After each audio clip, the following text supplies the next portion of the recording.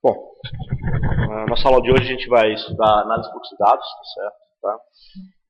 Vocês já viram um pouco de análise de fluxo de dados quando nós estudamos o problema de alocação global de registradores.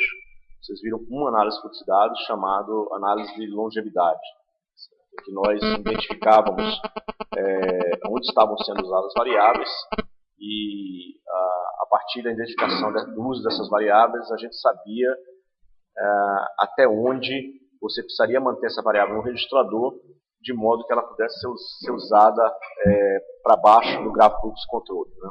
Então foi uma análise que nós fizemos, ela permitiu a gente identificar aqueles intervalos da certa execução no gráfico fluxo controle e de posse desses intervalos nós conseguíamos fazer a interseção deles e criar o gráfico de interferência e reduzir esse problema, o problema de coloração de gráficos, tá certo? Tá? Então, aquela primeira análise foi bem útil, tá certo? Né? Era chamada análise de longevidade, ou liveness analysis, e os conjuntos que a gente estava trabalhando naquele caso eram, se um determinado conjunto estava presente na aresta, tá certo? De um gráfico fluxo controle, uma determinada variável A estava presente naquela aresta no conjunto específico lá, isso significava que aquela variável estava viva ou era usada em algum ponto do programa a partir daquela aresta, certo? Tá? Então, o que nós vamos ver hoje é solidificar um pouquinho mais esse conceito de análise de fluxo de dados, tá? E ver uma análise chamada Reaching Definitions, certo? Tá? E a gente vai ver uma pequena aplicação dela, certo? Isso está no capítulo 17 do livro. Tá? Então, se vocês quiserem se guiar pelo livro, o material está lá. Muito bem. O objetivo da análise de fluxo de dados é coleta de informação, certo? Ela é uma análise, o nome está dizendo. Então, o que você retira dela é um conjunto, é uma solução, certo? Sobre a forma de conjuntos, das variáveis de in e out, das suas sentenças ou blocos básicos. Então, depois da análise ser concluída, você tem um conjunto de conjuntos, né, certo? Anotados nas entradas e saídas das sentenças.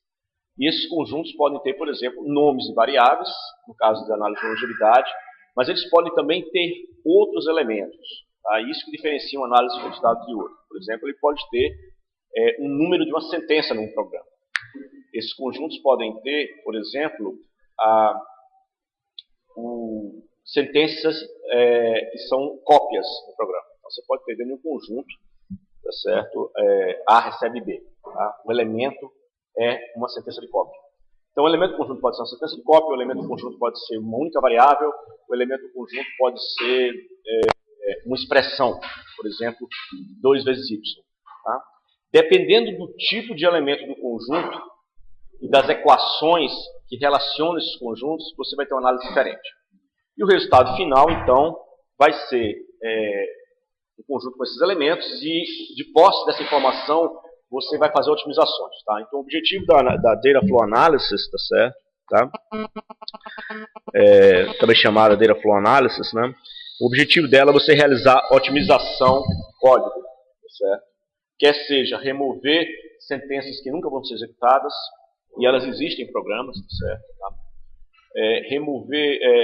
Eliminar computação repetida. Então, por exemplo, você calcula 2 vezes i em um determinado trecho do seu programa, e mais para frente você calcula 2 vezes i novamente. E você não precisaria ter feito isso 2 vezes i, certo?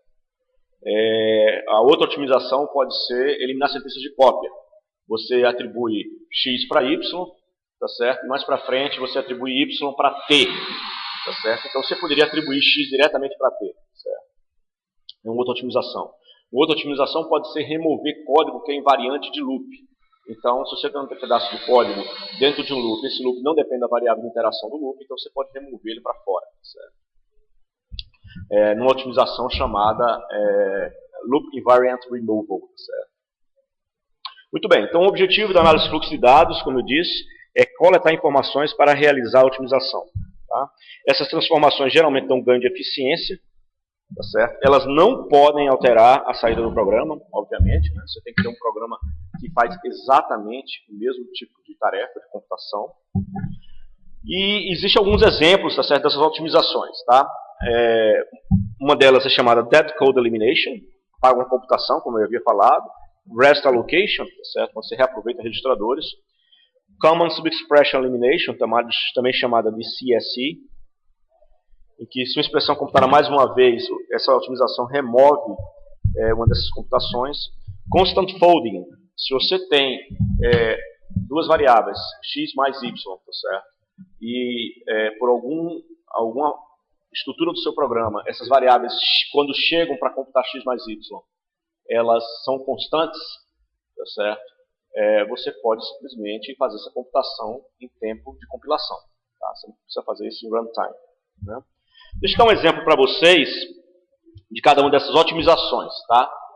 Então, vamos falar primeiro, vamos falar de Dead Code. Tá?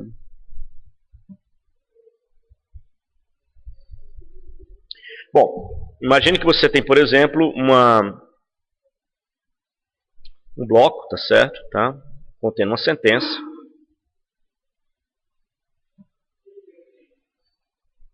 E você tem dois caminhos que chegam aqui, tá certo? Tá, nesse bloco. Tá? Bom, obviamente, se o tipo de item que você está trabalhando é definições das variáveis, tá? Se por esse caminho não chega a nenhuma definição, ou seja, você tem um conjunto vazio, e por esse caminho você também tem um conjunto de vazio, ou as definições que chegam aqui, vamos supor, por exemplo, chega uma definição de A, recebe K por aqui, e por aqui não chega, e por esse outra aresta não chega a nenhuma definição, certo? Bom, se isso ocorre, obviamente você não tem nenhuma definição chegando nesse ponto nem para x, nem para z, nem para y, nem para z. Tá? Então, se nenhuma definição para y nem para z chegam nesse ponto, obviamente que essa computação é totalmente desnecessária. E aí o que você pode fazer é, depois da análise de fluxo de dados ter sido concluída, que você chegou a esses conjuntos, certo? Você pode remover essa computação daqui. Tá? Então vocês vão ver que algumas dessas otimizações você vai dizer, poxa, mas código que nunca é alcançável. Alguns de vocês, programadores, cometem esse erro sem notar, certo? Mas a grande maioria de dead code surge como consequência de outras otimizações. Você realiza algumas determinadas otimizações que geram a não necessidade de realizar uma certa computação. E aí você usa essa análise de fluxo de dados, tá certo? Em seguida, Dead Code Elimination para remover essa computação desnecessária. Tá? A outra otimização que nós falamos foi de Rest Allocation, tá certo? Tá? Nós já estudamos isso aí demasiadamente, então eu não vou me delongar muito aqui. Tá? A terceira otimização que a gente pode mencionar é Common Subexpression Elimination, eliminação de subexpressões comuns. Né? Deixa eu dar um exemplo aqui para vocês. Então, imagine que você tem um bloco, certo? Em que você tem uma sentença aqui, z atribuída a mais b.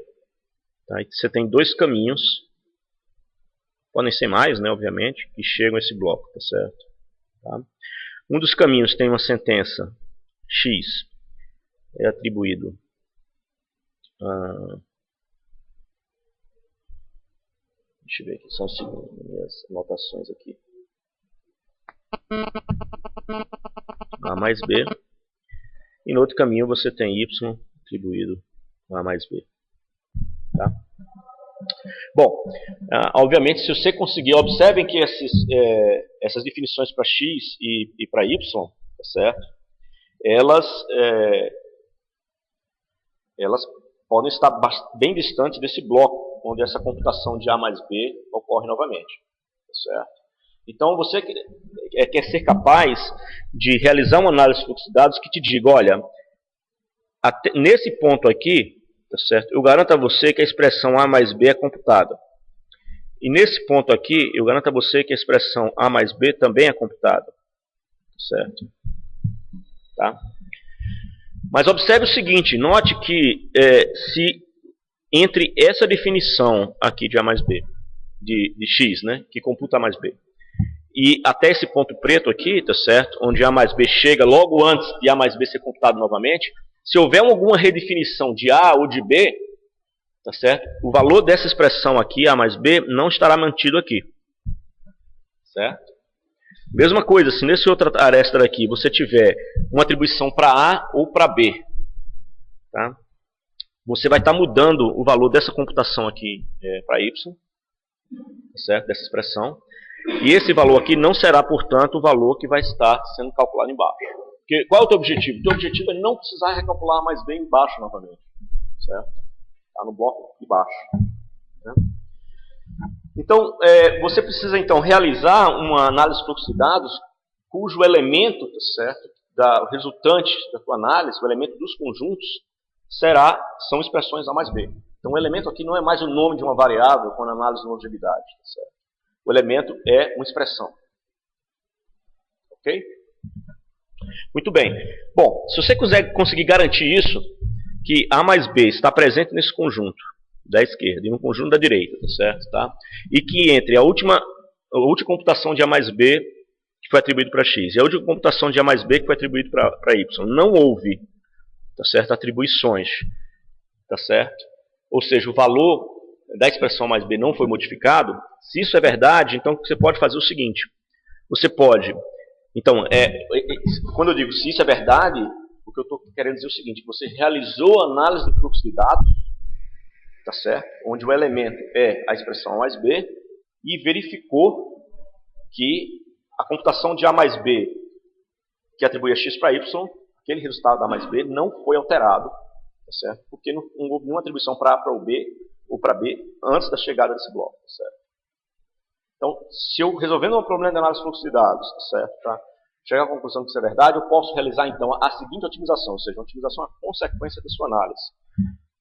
Você pode simplesmente remover esse A mais B aqui, atribuir isso a um U, a mesma coisa aqui, criar uma nova variável U, atribuir A mais B a ela, e remover isso aqui e substituir isso aqui por U. Tá certo?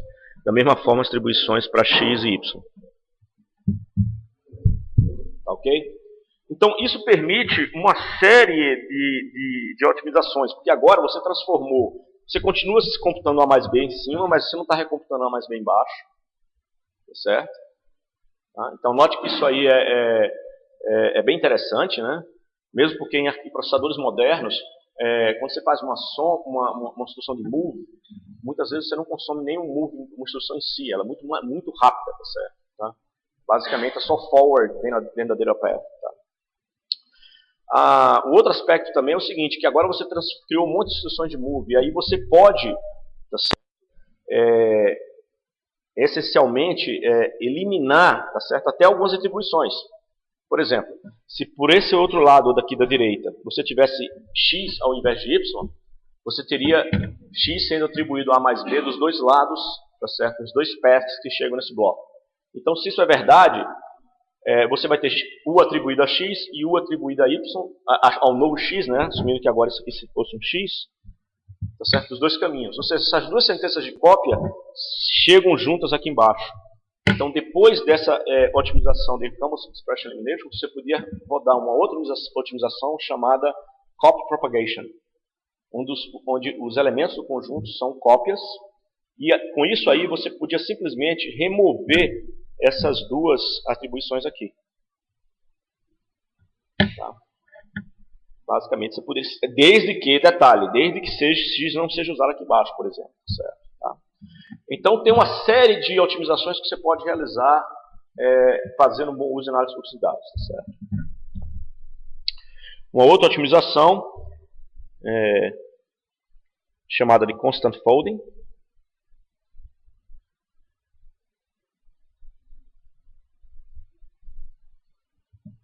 Nessa otimização você tem por exemplo, você tem aqui uma atribuição, A mais B. Você tem um caminho aqui, ó, que define A4 e B2. E se você tiver um outro caminho aqui que define B igual a 2, tá certo? Você consegue garantir que aqui na entrada, tá certo? Tá? Você tem absoluta que A será 4 e B será 2. Ok? E em sendo assim, você pode, em compile time, em tempo de compilação, quando o compilador está executando, você pode substituir 4 aqui,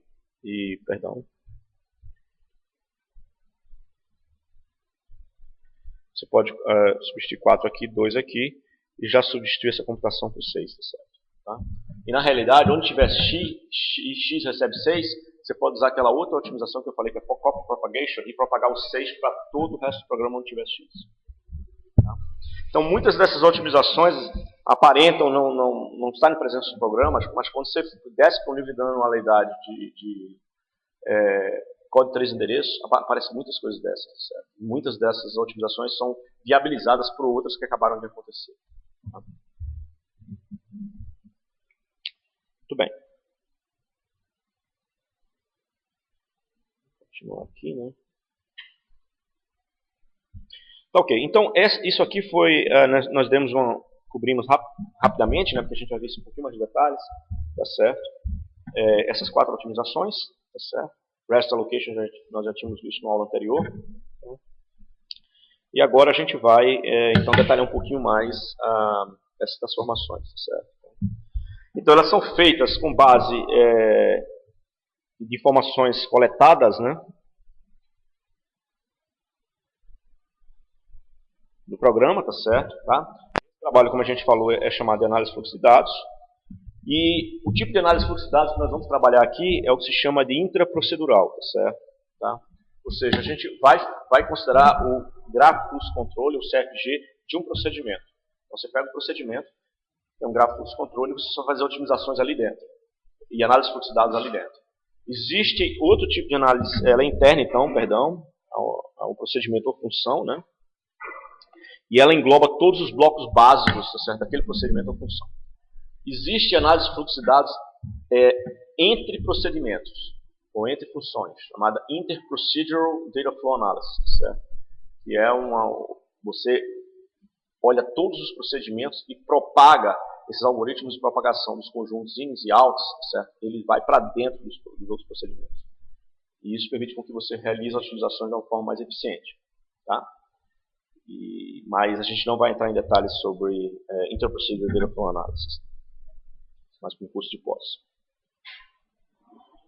Bom, então a ideia básica, tá certo, de análise de fluxo de dados é atravessar o gráfico de fluxo controle, tá certo, coletando informações para execução. Isso tem que ser feito de uma maneira conservativa, né? Só lembrando, o que quer dizer isso? Se você não tem certeza absoluta que aquela variável x, naquele ponto, tem um sinônimo, um apontador que aponta para ela, tá certo? Você não consegue afirmar, portanto, que aquela variável x não vai ser alterada pelo programa. Tá?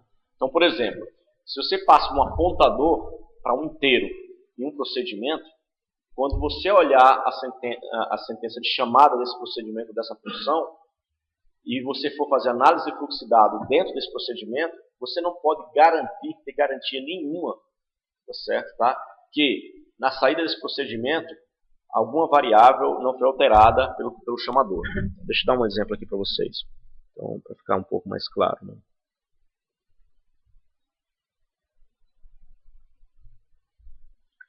Então você está executando seu código, aqui vem P, e aqui tem um procedimento P. Perdão, tem um apontador para tá certo? Para uma variável P qualquer. Esse procedimento é chamado, então, tá certo? Você vai fazer a sua computação aqui dentro. Então, em algum momento tem um if, por exemplo, e você faz... E o teu programa aqui nesse ponto, tá certo? Ele tem a seguinte sentença. Obviamente que você vai retornar, né? Que é o final. O teu procedimento aqui tem a seguinte sentença.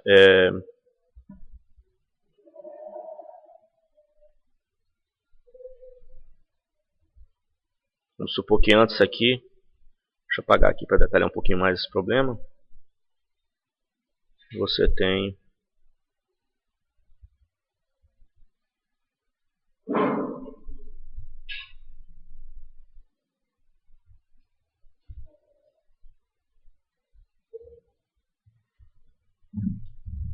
tá certo? Observe aqui, deixa eu fazer uma coisa mais explícita ainda, deixa eu afirmar que isso aqui é 1, tá certo? Observe que aqui você não tem como afirmar, tá certo, que x será 2.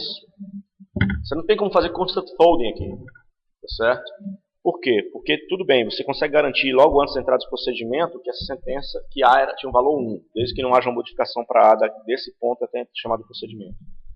Tá certo? Mas você não pode ter garantia nenhuma, tá certo, de que esse procedimento P, tá certo, você não sabe o que aconteceu aqui dentro, tá certo? Tá? Que esse procedimento P não está, o apontador P não está apontando para A. Tá? Então, nesse ponto aqui, você não consegue ter certeza, tá certo? Isso poderia ter acontecido aqui, por exemplo, vamos colocar aqui, ó.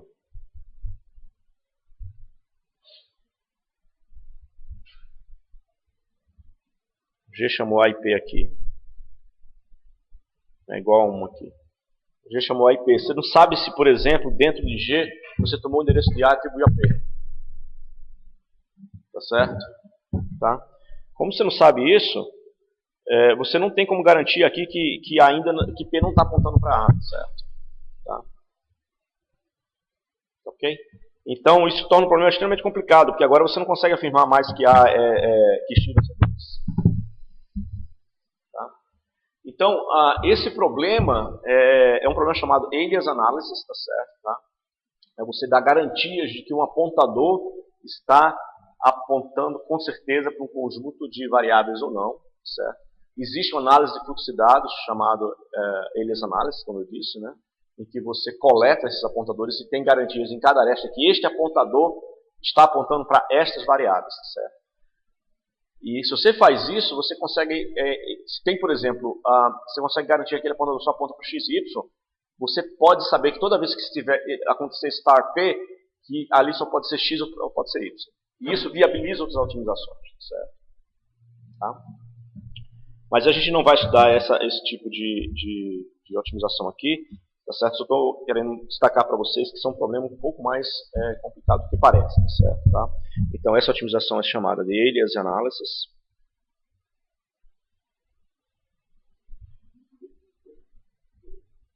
Certo? E também é uma análise de fluxo de dados, tá? Bom, então daí volta então o que a gente tinha falado de ser conservativa a tua coleta de informações e otimização. Né? Você tem que garantir que o teu programa faz exatamente a mesma coisa que ele fazia antes de ser otimizado. Então, dessa forma, se você não consegue dar essa garantia, então você não vai realizar a otimização. Tá? Então, após a análise de fluxo de dados, você realizando as otimizações, você vai geralmente melhorar dois aspectos do programa, desempenho e tamanho. Né? Então, se você está compilando para um embedded device, tá certo? Ou um RFID, ou um cell phone, tá certo? Você tem que se preocupar realmente com o tamanho. Tá? O tamanho de código é algo muito importante. Só para vocês terem ideia, hoje em dia existem circuitos integrados. Deixa eu voltar aqui.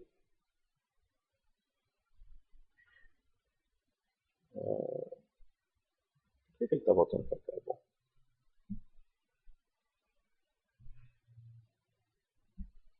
Bom. Hoje em dia existem circuitos integrados que eles ocupam basicamente isso aqui de memória dele. Tá? Circuitos dedicados. Tá? Então você tem que colocar firmware ali dentro. Tá? E não sei se vocês sabem, mas o custo dessas pastilhas é proporcional ao cubo da área dela. Certo? Um processador mais ou menos ocupa isso aqui hoje em dia. Ó, processador dedicado. Okay? O restante é praticamente memória, um monte de IPs que você põe. Então, reduzir o tamanho, tá certo, disso aqui é um problema muito importante hoje para quem trabalha na área de embedded. Tá certo? Tá? Então, otimizar também para tamanho é um problema muito relevante para as pessoas nesse setor da indústria. Bom, a maioria das análises de fluxo de dados ela pode ser descritas, tá certo, através de equações de fluxo de dados, tá certo, como a gente viu na análise de longevidade em aula anterior. Né? Bom, e como é que você coleta as informações? Tá certo? Essa análise é baseada então no CFG, tá certo? O CFG contém quádruplas, que a gente também estudou em aulas anteriores, tá certo? Tá? Essa quádrupla é representado, basicamente, pode ser representado como quadro 3, 4 endereços, né? Tá certo? Você tem os dois operandos, né? Operador e atribuição, né? Representado por essa tuple aqui. E nós já fizemos, então, usando isso aí, análise de longevidade. Vamos fazer hoje Reaching Definitions. E na próxima aula nós vamos fazer Available Expressions. Certo? Nós só vamos ver, essencialmente, essas três análises por dados. Muito bem. No caso do Reaching Definition, o que vai dentro do conjunto não é mais a variável. Né? No caso da análise de longevidade, você tinha, olha, está aqui o conjunto, e aqui, se tem a variável x desse conjunto, é porque essa variável x está sendo usada em algum ponto entre essa aresta onde eu estou e o final do programa. Né? No caso do Reaching Definition, o que você quer saber é o seguinte: quais são as definições que alcançam esse ponto do programa? Ou seja, desde o começo do programa até esse ponto, quais são as definições que chegam aqui? Tá? Então, se por exemplo, eu tenho uma sentença do tipo x recebe A, e nesse ponto aqui eu não tenho nenhuma definição que contenha uma atribuição para A, então, obviamente, essa sentença é totalmente desnecessária, certo? Eu posso remover ela, certo? Então, Reaching Definitions vai te dizer o seguinte: olha, nesse ponto logo antes dessa sentença, ou nessa aresta, certo? Chegam essas definições para essas variáveis. Tá? Bom, então, nós temos então que numerar as definições. Então, agora novamente, não é mais a variável, o elemento conjunto, mas são números, onde esses números correspondem às definições que eu tenho no programa. Tá certo? Essa numeração eu vou colocar um relabel D na frente, cada uma das sentenças, tá certo? Tá? E eu afirmo também o seguinte, que, deixa eu colocar mais um slide aqui, eu afirmo que se eu tenho um determinado bloco, tá certo? Tá? E tem um ponto aqui, antes de uma sentença qualquer D2 aqui.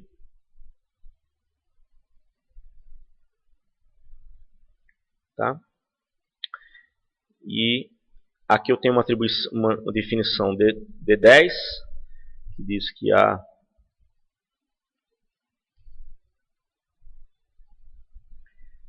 eu vou definir alguns termos para vocês. O primeiro termo é o seguinte, tá? Eu digo que D10 alcança esse ponto. Ele vai alcançar esse ponto, tá certo? Vermelho, se entre a definição de D10 e esse ponto, ou seja, nesse intervalo aqui, não pode existir, tá certo? Outra definição, tá certo? De A.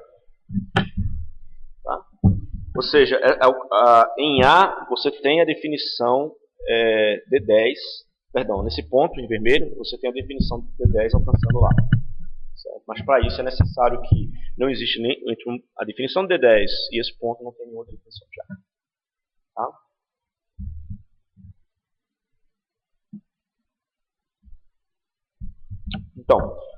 Então para que a gente garanta que uma sentença D alcance a sentença U, né, no caso mudei apenas o nome delas no slide anterior, é que deve existir um caminho no CFG de D para U, certo? E esse caminho não contém outra definição não ambígua de D. Então já a gente vai diferenciar o que é uma definição ambígua e uma definição não ambígua, certo? Tá? Então, uma definição como essa daqui é uma definição não ambígua de T. Você sabe com certeza absoluta que T é atribuído à operação B. Essa também aqui não é ambígua, porque você sabe com certeza absoluta que T recebe a posição de memória que está apontada por A. Tá? Agora, você pode ter definições ambíguas também. Por exemplo, um call.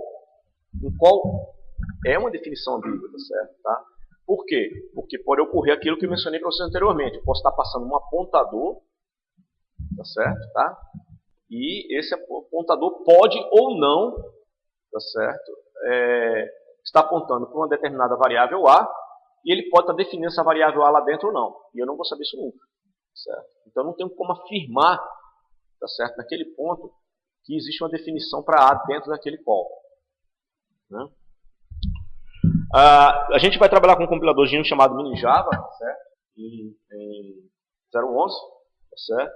E esse tipo de definição não ambígua não acontece nesse compilador, certo? Muito bem. Bom, antes que a gente entre no Rich Definitions, eu queria dar uma sumarizada, aí, uma resumida, tá certo? Do que nós discutimos até agora, tá certo? Tá? Para tentar generalizar um pouquinho mais. Então, eu gostaria de mostrar para vocês um resumo, tá certo? Sobre as equações que a gente vai trabalhar, né? O que veio trabalhando desde análise de longevidades, tá certo? Com esse diagraminha aqui que eu acho que vai ajudar. Então, imagina que você tem um bloco, tá certo? Você tem aresta chegando nesse bloco e aresta saindo desse bloco, tá certo? Tá. Aqui dentro desse bloco, você vai ter uma determinada sentença, tá certo? Então, vamos chamar essa sentença de N, ela faz alguma operação aqui, tá? Muito bem. Essa sentença N, ela vai ter duas propriedades, tá certo? Ela tem o gen de N, isso vale para qualquer uma das análises de fluxividade que nós vamos fazer, tá certo? Tá? Ela tem um gen de N, ou seja, o que é gerado ali dentro, certo? Então, por exemplo, se você tem um A mais B lá dentro, a expressão A mais B é gerada lá dentro. Então, o gen de N vai conter A mais B. Se você tem uma sentença de cópia, x atribuído I, x atribuído I vai ser um elemento do gen de N. Tá certo? Tá? Então, o gen de N vai depender, obviamente, da análise que você está fazendo. Certo? Tá? Se você tem, por exemplo, 2 vezes A é atribuído a K, o A é usado em N. Como ele é usado, então ele vai estar em gen de N se você estiver falando numa análise de longevidade. Certo? Tá? O kill de N, tá certo, tem o mesmo papel. É tudo que é morto por N. Então, por exemplo, se o N, você tem uma sentença que faz x mais y atribui a A, tá certo? Essa definição aí, ela vai matar todas as outras definições, tá certo? Tá? Que tiverem para A no programa. Né? Então, ou que tiverem para A, por exemplo, se você tem, deixa eu dar um exemplo mais concreto aqui, A recebe x mais y, e você tem uma definição aqui, A recebe 2 vezes K, essa definição aqui, N, vamos supor que essa definição aqui é D, essa definição N mata essa definição D. Tá certo? De modo que aqui em kill de N, você vai ter D aqui dentro. Certo? Em gen de N, você vai ter, vamos chamar isso aqui de dar números aos bois, né? D1, D2, você vai ter D1 aqui. Ó. D2 gerado dentro de N, e esse N, ele mata a definição D1. Tá certo? Porque ambas atribuem para A. Certo? Então, essa sentença D2 é gerada aqui dentro, é criada aqui dentro, e essa sentença D1 é morta, tá certo? Aqui dentro, por essa sentença aí. Pois não. N é o número o número do bloco. O número da sentença.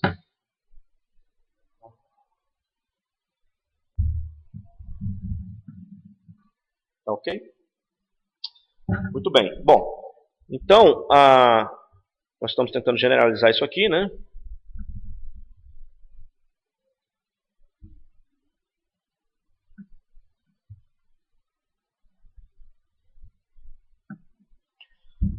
Tá ok. Bom, tem duas formas de equações, tá certo? De análise de fluxo de dados, né? Tem algumas outras, mas para o nosso curso aqui são as que a gente vai se preocupar mais, tá certo? A primeira é quando a análise é forward, tá certo? Tá? Então a gente tem que definir mais alguns conjuntos aqui. Eu vou dizer que o conjunto in de N é a união de todos os conjuntos que estão ali na entrada, tá certo? Vindo por todas as arestas, tá certo? E o out de N aqui é a união de todos os conjuntos que estão nas arestas de saída, tá certo? do meu bloco N, tá certo? Muito bem. Então, dessa forma, posso ter uma análise chamada de forward, em que o in de N ele é a união, tá certo? sobre todos os P's que são predecessores de N, tá certo? Dos altos desses P's. Então, eu estou coletando na entrada do bloco todos os conjuntos que vêm das saídas dos blocos predecessores dele. Certo? Tá? E o meu alt de N, ele vai ser o quê? Ele vai ser o que é gerado aqui dentro. Então isso aqui é um ponto importante, tá certo? Então o que vai estar aqui em alt de N é o que é gerado aqui. Esse que é gerado pode ser, se for uma análise para expressões comuns, ele pode ser x mais y. Se for uma sentença de cópia, ele pode ser o nome da sentença de cópia. Se for uma definição, ele vai ser o número da sentença de definição. Certo? Tá? Então ele vai ser o que é gerado aqui dentro, né? Então só recapitulando, a gente tem um gen e um kill associado, que são constantes, né, para o meu problema. O que é gerado aqui, então essa primeira componente vai ser essa aqui.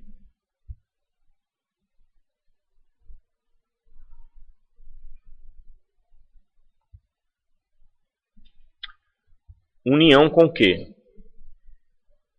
Com o que estava aqui na entrada, tá certo? O que estava na entrada no meu bloco. Estava na entrada do meu bloco e passou incólume pelo bloco. Certo? Passou pelo bloco sem ser destruído. Certo? Então, aquela definição que eu falei anteriormente de vocês, ela seria destruída por esse bloco. Porque a gente tinha mostrado a definição antes para A, e ela, quando entra nesse bloco, ela é destruída porque tem outra definição para A dentro desse bloco. Certo? Tá. Então, essa componente 1 seria esse gen aqui, e a componente 2 seria o que está na entrada do bloco, removendo o que é morto pelo bloco. Certo? Essa seria a segunda componente. Tá. E esse é um problema forward, por quê? Esse é um problema forward porque eu estou movendo a informação no gráfico de controle para baixo. Certo? Tá? Então, estou coletando o que está no out dos meus predecessores, juntando no in, passando através de gen kill no bloco e fornecendo isso aí no out, certo? Na saída. Tá? Você pode ter também, então, uma análise, problemas de forward, problemas que acontecem, análise de fluxo de dados forward, por exemplo, rich definition, definições alcançantes, tá certo? Expressões comuns, tá certo? São problemas forward, tá certo? Propagação de cópias são problemas forward, tá certo? Mas você pode ter problemas backward também, como nós vimos aí umas 2 semanas e pouco atrás, não é isso? Que o out ele é calculado como a união dos sucessores. Então agora eu estou indo do final do bloco, né, dos sucessores do bloco para trás, tá certo? Tá? Dos sucessores de N, tá certo? Então você pega o in desses sucessores de N, isso mesmo, tá? E o in agora é uma função do out, né? Então o que vai acontecer? As minhas arestas aqui vão se reverter, né? Pagar isso aqui é que vai ser dureza, né? Mas vamos lá. Nós vamos ter agora, o out é calculado como união dos ins, não é isso? E o in vai ser o quê? Vai ser o que é gerado aqui dentro, que é gerado no bloco, né? Ou seja, por exemplo, se a gente estivesse falando de análise de longevidade, o x é usado aqui, tá certo? Tá? Então ele vai estar nessa primeira componente, ele é gerado aqui dentro.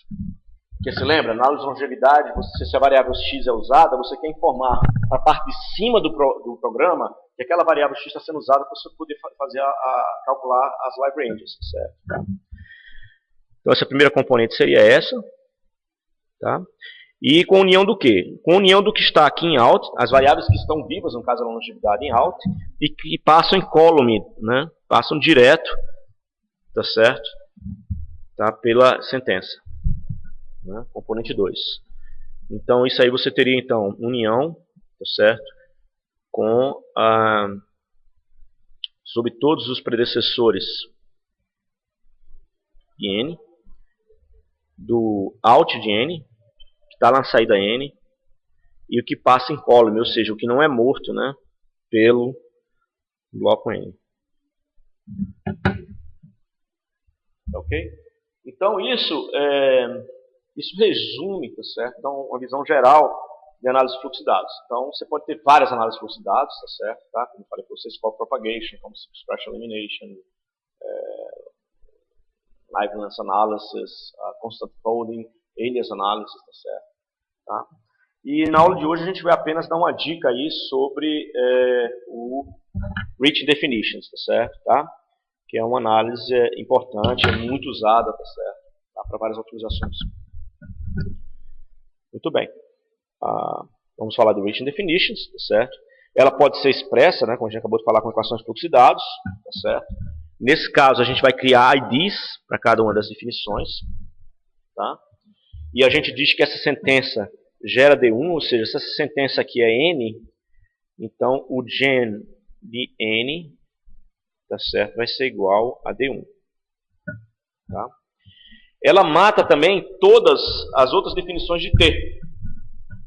Tá certo? Porque todas as outras definições de T não vão chegar no final. Quer dizer, as outras definições de T estão aqui presentes, mas não estão aqui. Porque agora você tem uma nova definição para T. Elas estão presentes na entrada da sentença N, mas não estão na saída dela. Então nós precisamos, nós definimos o kill, né? Aqui nós definimos o genset. Para nós definirmos o kill, a gente precisa saber quem são todas as sentenças que definem, tá certo, T no teu programa. Coletar os números delas. Tá? Então, para isso, nós temos, por definição, tá certo, esse conjunto defs da variável T. E ele pode ter, por exemplo, D5, D13. Tá certo? Tá? E aí o que vai acontecer, tá certo? Quer dizer, ele pode ter D1 também, que está no teu programa, né? Certo? Tá? O que vai acontecer é que para calcular esse kill, você vai remover todas as definições, tá certo? Tá? Todas as outras definições que definem a variável T, tá certo? Tá? Então essas definições vão ser todas mortas, tá certo? Por esse teu programa. Oi. Por essa sentença, perdão. Oi.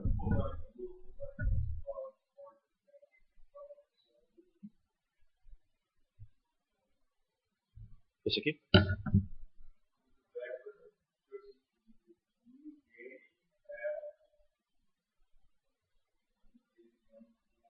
O in é a função do out. E no de cima, o out é a função do in. É o contrário. No backward, você coleta, junta os outs, junta os ins dos sucessores, pega o out. Aí com esse out, você aplica na equação e tem um in, tá certo? Então você está voltando, tá? Tá colocando.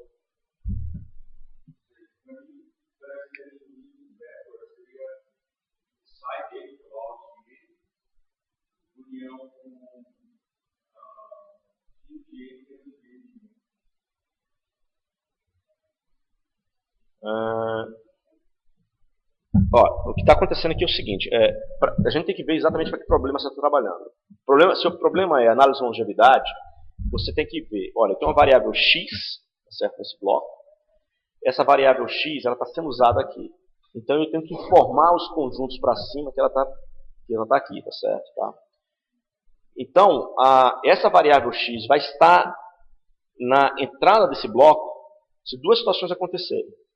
Se a presença dela for gerada nesse bloco, e aí então nós temos duas variáveis cuja presença está sendo gerada nesse bloco, que é o x e o y, tá certo? Tá? E isso aí independe do que tem embaixo. É totalmente dependendo do que tem embaixo, uma constante, tá certo? Tá? Exatamente, isso, exatamente. Por isso que é um problema backward, que agora o in é função do out.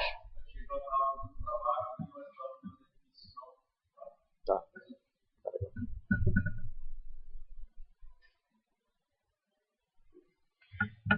Muito bem, então nós conseguimos então identificar aqui o seguinte, que o conjunto gen, tá certo, no caso de reaching definitions, vai ser o número da definição, T1, nesse caso, e o conjunto Q vão ser todas as definições, tá certo, que são definições também dessa variável T, tá certo? que estão presentes no conjunto de definições, de todas as definições da variável t no programa, que é esse conjunto defs. Então você vai estar dizendo aqui, olha, que D5 e D13 vão ser mortas, tá certo? Por essa sentença. Né? Ou seja, se você tiver duas arestas, uma chegando aqui nesse ponto e outra chegando aqui nesse ponto, e elas trouxerem D15 e D13 nos conjuntos dessas arestas, no ponto após essa sentença, tá certo? Essas duas definições de D5 e D13 vão ser mortas, porque elas só atribuem para T e agora você tem uma nova definição para T, que é a sua D1. Ok? Muito bem, tá. Então, isso aí, espero que vocês tenham uma noção, então, do que é gerado e morto, tá certo? Um código de 3 endereços bem básico, né? Que é esse, que x opera com y, atribui a um t. Mas nós temos vários outros tipos de sentença no nosso programa, tá certo? Tá? Nós temos, se vocês lembrarem, há tempos atrás, a gente definiu quais são os códigos de 3 endereços que nós temos no programa, né? Praticamente é um pseudo-assembly, certo? Tá? E esse código, tá certo? Cada um deles vai produzir um gen e um kill, né? Então vamos ver caso a caso. No caso, por exemplo, de B, um operador qualquer C, nesse caso, tá certo? O que é gerado? Você tem uma definição T. Essa definição T, tá certo? Ela vai estar presente no gen, tá certo? Tá? E o que vai ser morto, tá certo? Por essa definição são todas as outras definições para T, menos essa que você está. Certo? Então, no fundo, o kill dessa sentença S vai ser o quê? Você vai pegar o conjunto defs, tá certo? De T, da variável T, para pegar todas as definições que tem no seu programa e remover essa definição que presente que você está. Então, observe que isso são constantes, tá certo? Da sentença. A sentença tem essas duas constantes. Tá? Elas independem do fluxo de execução do programa ou mesmo das equações de análise de fluxo de dados. São constantes, a sentença. Muito bem. Um outro tipo de código de 3 endereços que nós tínhamos era a leitura na memória, tá certo? Dado uma variável que indexa uma posição na memória, e aí você atribui a T. Novamente, essa sentença gera a definição D, tá certo? E ela vai matar todas as outras definições de T que tiver no programa, obviamente, menos essa que você está. Você não tem definição específica de nenhuma variável ou temporário aqui, nessa outra sentença, né? Quando B atribui uma posição de memória, porque a coisa indo para a memória, não existe uma definição da variável, não existe uma definição de memória. Então, o gen e o kill aqui são nulos. O mesmo vale para uma sentença de desvio condicional, né? Tá certo? Você não está atribuindo nenhuma definição, né? Então, o gen e o kill também são nulos. O goto também não atribui nenhuma definição. Um label L também não atribui nenhuma definição. Se você tem uma função f chamando um determinado valor, tá certo? Tá? Ele não vai estar atribuindo nenhuma definição. Tá certo? Tá? Porque não tem uma definição sendo atribuída aqui. E se você tem, se essa função retorna, tá certo, um valor, ele é atribuído a t, então você tem uma definição d e o conjunto kill é calculado como da forma usual. Tá? Então, com isso aí, a gente consegue, então, calcular, antes de rodar a análise de dados, tá certo, todos os conjuntos gen e kill de cada uma dessas sentenças do meu programa. Então, isso são as condições de contorno do meu programa, né? Certo? Meu problema, desculpa. Você vai ter um conjunto gen e kill para cada uma das sentenças e agora você vai ter que rodar o seu algoritmo de interação de ponto fixo, tá certo? Tá? Para resolver ele, tá? E aqui está, né? Usando o gen e o kill, a gente calcula os conjuntos in e out, que são os conjuntos de definições, o in, o conjunto de definições que alcança o início de n, e o out, o conjunto de definições que alcança o final de n. Tá? Então vocês podem ver que é forward, né? É uma análise forward. Ok? E as definições, os conjuntos, os valores iniciais, né, dos conjuntos in e out são vazios, né, porque quando você começa a rodar sua análise de fluxo de dados, no fundo, não existe declarações em lugar nenhum do programa, só dentro dos blocos, certo? Nas arestas não tem fluxo de declarações, então esses conjuntos são vazios. Tá? Então, usando um algoritmo semelhante ao que nós vimos na análise de longevidade, né, que é a interação de ponto fixo, né, tinha um for que você varria cada um dos blocos, calculando os ins e outs. Se houvesse, então, uma mudança em qualquer conjunto in e out do teu gráfico de fluxo de controle todinho, você caía para um while mais externo, que testava sobre uma mudança. Se houve uma mudança, você continuava fazendo interação. Né? Lembrando que nós falamos também numa aula anterior sobre análise de longevidade, você tem que casar a ordem com que você oferece os conjuntos à equação, ao tipo de equação que você está trabalhando. Então, se você está fazendo uma análise backward, tá certo? Você tem que oferecer os blocos, tá certo? O algoritmo na forma reversa, porque isso a forma como você vai oferecendo os blocos, se for coincidente com a forma com que você vai propagando informação, você vai interagir mais rapidamente, tá certo? Vai iterar mais rapidamente. Tá ok? Vamos ver um exemplo então, tá certo? Esse aqui é o exemplozinho. Né? E deixa eu tentar usar um slide aqui maior para poder visualizar mais fácil. Nós vamos ter aqui nesse exemplo, eu vou separar aquele, só recuperando aqui um pouco. Nesse nosso exemplo é um programa bem simples, né? Nós vamos ter uma sentença que, no fundo eu posso juntar isso aqui em um único bloco, mas vamos deixar em dois, vamos botar uma sentença por bloco. Aí tem um bloco de desvio, né? Então nós vamos ter isso. Isso passa para aqui. Esse bloco de desvio, se for true, tá certo? Ele vai para L2. Então isso aqui em true. Se for false, ele continua no fall through, que a gente chama, né? Fall through.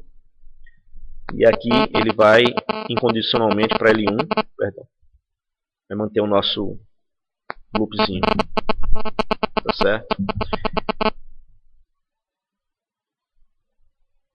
E aí você continua desse bloco para esse aqui.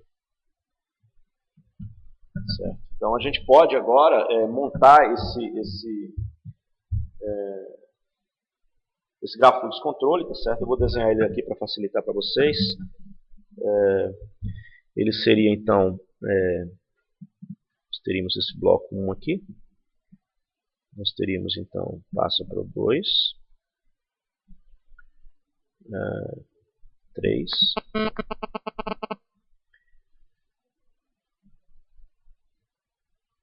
se for falso, ele vai para o 4, 5,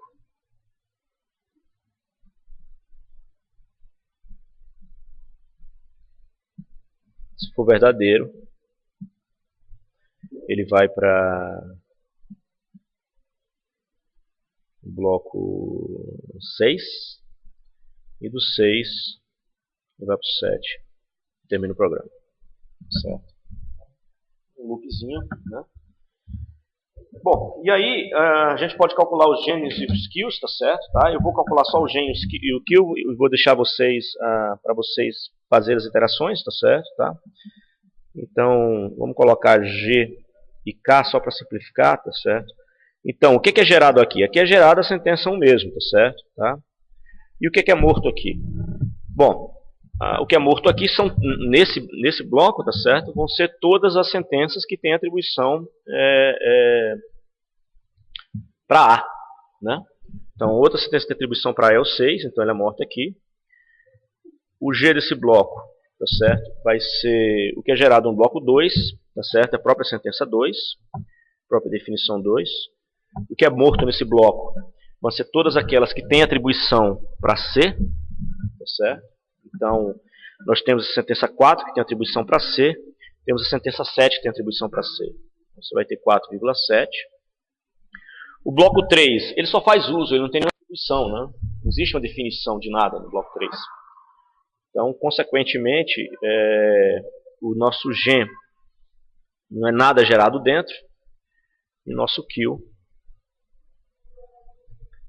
nada gerado dentro. Então, os dois são um conjunto vazio, tá certo? O bloco 4, tá certo? Existe uma definição para C, o bloco 4. Tá? Então a gente vai ter aqui o gen, o bloco 4 vai ter a definição no 4 e o kill. Tá certo? No 4 vai ter as definições, ele mata aqui definições, né? Então o bloco 4, ele atribui para C, tá certo? E ele então, ele vai matar todas as definições que tem C, né? Todas as outras definições que tem C. Então 2 e 7. Então 2,7, tá? O bloco 5, tá certo? É mais um bloco de desvio também, não tem nenhuma definição, tá certo? Tá? Então, gen é vazio, kill vazio. O bloco 6, existe uma atribuição para A, então ele define a sentença 6 mesmo, e ele mata sentenças. Que sentenças que ele mata? A única. Oi, pois não.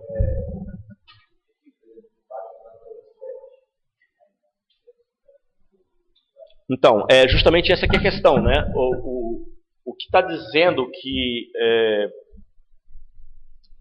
o bloco 7 é morto, porque se essa aresta, quando essa aresta daqui, você rodar o algoritmo, na condição inicial, você tem razão, tá certo? Tá? O 7 não vai ser morto aqui, tá certo? Tá? Não vai ser morto nunca pelo 3, porque, deixa eu ver aqui, pelo 2, né? Porque nunca vai chegar lá, tá certo? Mas isso não é um problema, né? Porque, como ele também nunca chega lá, ele nunca vai estar aqui nessa aresta, tá entendendo? Então o número 7 nunca vai estar na aresta logo antes do 2. O fato dele estar no kill não quer dizer que ele vai aparecer no out, entendeu? Certo? Porque como ela está aqui no final, certo? E não existe aresta de volta, tá certo? No começo do programa, você nunca vai ter uma definição 7 aqui. Consequentemente, esse teu kill aqui nunca vai matar esse 7 daqui, porque nunca vai aparecer 7 lá. Ou seja, quando você rodar um algoritmo com aquelas equações, o próprio fluxo de informações vai se encarregar de resolver essa questão. Entendeu? Então, mesmo que você diga, olha, não existe nunca chance de o bloco 2 matar 7, tá certo? Isso naturalmente vai ser resolvido à medida que o algoritmo for sendo executado, porque aí o número 7 nunca aparece naquela aresta de entrada do bloco 2. Entendeu? Não, porque quando você varre o seu programa, na realidade, quando você constrói o grafo fluxo controle, você tem todas as definições de cada variável do programa, entendeu? Então você tem a definição, quais são as definições da variável A? 15, 26, 32. Quais são as definições da variável B? 27, 17, 23, certo? Só uma vez. Tá? Tá ok? Bom, uma vez feito isso, tá certo? Você tendo os gênios, o kill, vocês podem então, eu sugiro fortemente que vocês façam isso, tá certo? Tá? Aqui tá constante a interação 0, né? Tá certo? Vocês podem usar aquelas equações que nós discutimos antes, essas equações, tá certo? Para fazer as iterações, tá? E obter o que está no in e out set de cada um dos seus blocos, tá certo? No caso específico desse problema, você vai ter interação 1, 2, e na interação 3, você vai ter o algoritmo convergindo, porque não vai haver mudança nem no in nem no out, né? Observe que daqui para cá, nós tivemos uma mudança, acrescentamos aqui o in mudou, né? O teu while, o teu loop mais externo, vai ter que iterar novamente todos os blocos, tá certo? Tá? Houve uma mudança também daqui, né? Casualmente, o 4 foi acrescentado aqui. Então, da iteração 1 e iteração 2, aconteceram mudanças. Você tem que iterar em todos os blocos se apenas uma mudança acontecer. É por isso que esse casamento do tipo de equação, se é forward ou backward, e a forma como você oferece os conjuntos, certo? Tá? Tem que ser muito bem feita, porque senão, por causa de uma única mudança em um conjunto in e out, você pode ter que varrer todos os blocos básicos novamente. E pior do que isso, pode ser que você só propague a informação uma interação por vez. Então você propaga a informação de um bloco para o outro, desse para o seguinte, essa informação vai ser útil lá embaixo no último bloco. Tá legal? Mas observe que daqui da iteração 2 para a iteração 3 não houve mais nenhuma mudança, né? E aí de fato o teu problema se encerra na iteração 3. Tá? E geralmente ele itera rapidamente, tá certo? Por quê? Porque a gente programa muito localmente, tá certo? Então todas essas computações elas estão muito próximas, mesmo em program order. Tá?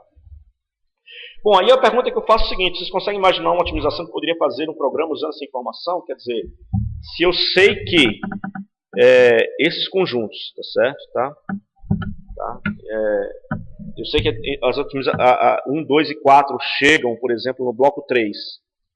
Então, se eu sei que a solução final é que aqui na entrada eu tenho 1, 2 e 4, vocês conseguem imaginar alguma otimização que eu possa fazer? Se eu sei que que chega às definições 1, 2 e 4, né? Note que 4 chega através do loop, né? Essa aresta é muito importante, tá, pessoal? Quem trabalha com otimização de código e essa aresta é chamada back edge, certo? Ela é extremamente relevante e tem uma série de otimizações, inclusive uma que está fazendo pode ter um potencial muito grande chamado Decoupled Software Pipeline. Existe um negócio chamado Software Pipeline e uma técnica para multicore. Mas se eu sei que aqui nessa entrada chegam as definições 1, 2 e 4, observe que nesse ponto aqui eu consigo afirmar algumas coisas, né? Eu consigo afirmar que, opa, se chega a definição, tá certo? 1, 2 e 4, para C e A aqui, tá certo? E se A tem um valor 1, por exemplo, o A tem um valor 5 e aquele tem 1, tá certo? Eu consigo afirmar algumas coisas, né? Porque eu sei que essa computação daqui, ó, é C mais C, né?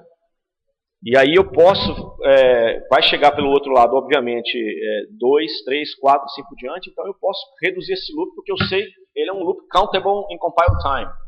Eu sei quando ele acaba em tempo de compilação. Tá? Foi.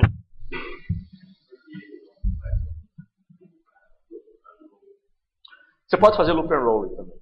Exatamente. Essa que é a técnica, né? Se você sabe também quem são as otimizações, quem são as definições que chegam para C aqui, ó, por exemplo, você consegue afirmar que aqui em C chega a definição 2, né? Então você sabe que C aqui sempre vai ser 1. Então isso aqui vai ficar 2, o novo valor de C vai ser 2, o outro valor vai ser 4. E aí, como o A é constante, tá certo? Na terceira vez ele vai ser 6 e aí você não vai executar o restante do loop. Tá?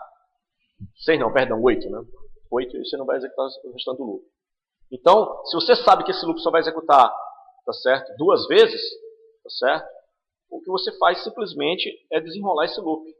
É colocar o corpo do loop 2 vezes, fazer a computação e você não precisa fazer mais teste nenhum. Tá? Então, isso aumenta a localidade na cache, porque o teu programa fica menor, tá certo? Tá? Você reduz o tamanho dele, né? Você faz o programa ficar mais rápido, porque você não vai ter mais go-tos e testes para fazer. Você não precisa fazer mais testes. Simplesmente você consegue dizer até o último valor realmente que você vai ter aí, tá certo? Ok? Então, a Rich Definition permite que você faça esse tipo de otimizações. Bom, é isso. A gente vai encerrar por hoje, tá certo? Com Rich Definitions.